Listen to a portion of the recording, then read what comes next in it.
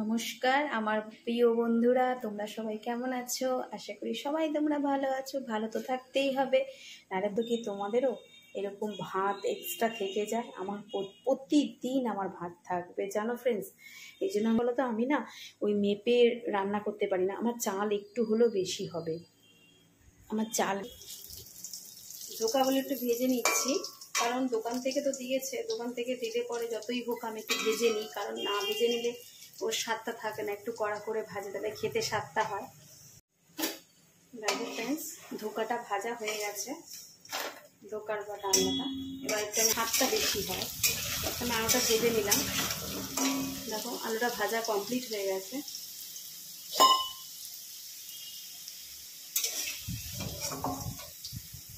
সাদা জিরে আর তেজপাতা ফোড়ন দিয়েছি। শুকনো লঙ্কাটা আমরা ঠিক সচরাচর খাই না, হ্যাঁ। তো এবার ফোড়ন দিয়ে তারপরে আমি পেস্ট করেছি ওই তোমার কাঁচা লঙ্কা, টমেটো, আদা।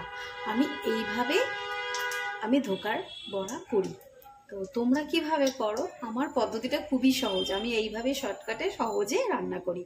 আমার ধোকাটা কমপ্লিট হয়ে গেল, তোমাদের দেখালাম কিভাবে আমি রান্না করি ধোকা। তো তোমরা হয়তো ভাবছো ধোকায় এত জল কেন? অ্যাকচুয়ালি কি হয়, ধোকায় জল না, যখন ধোকাটা আমি দিয়ে দেবো ও আস্তে আস্তে যত ঠান্ডা হবে ওটা পুরো মেখে যাবে জিনিসটা। ওই জন্য আমি একটু জলের পরিমাণটা একটু বেশি দিই, যাতে ভেতরে গিয়ে জিনিসটা সফট টাইপের হয়, নরম হয় খেতে। এই যে আমি গ্যাসটা এখন অফ করলাম। ফাইনালি আমার রান্না হয়ে গেল, দেখালাম তোমাদেরকে ধোকা। তারপর আমার এই যে ছোট্ট আমার গোপুসোনা, মানে গোপাল, আমার গোপুসোনাকে খেতে দিলাম। আর ভালো হোক, আমার গোপুসোনাকে বলি যারা যারা আমার ভিডিওটা দেখবে তাদের সবার ভালো হোক, আর কেউ না দেখলেও তাদেরও যেন ভালো হয়।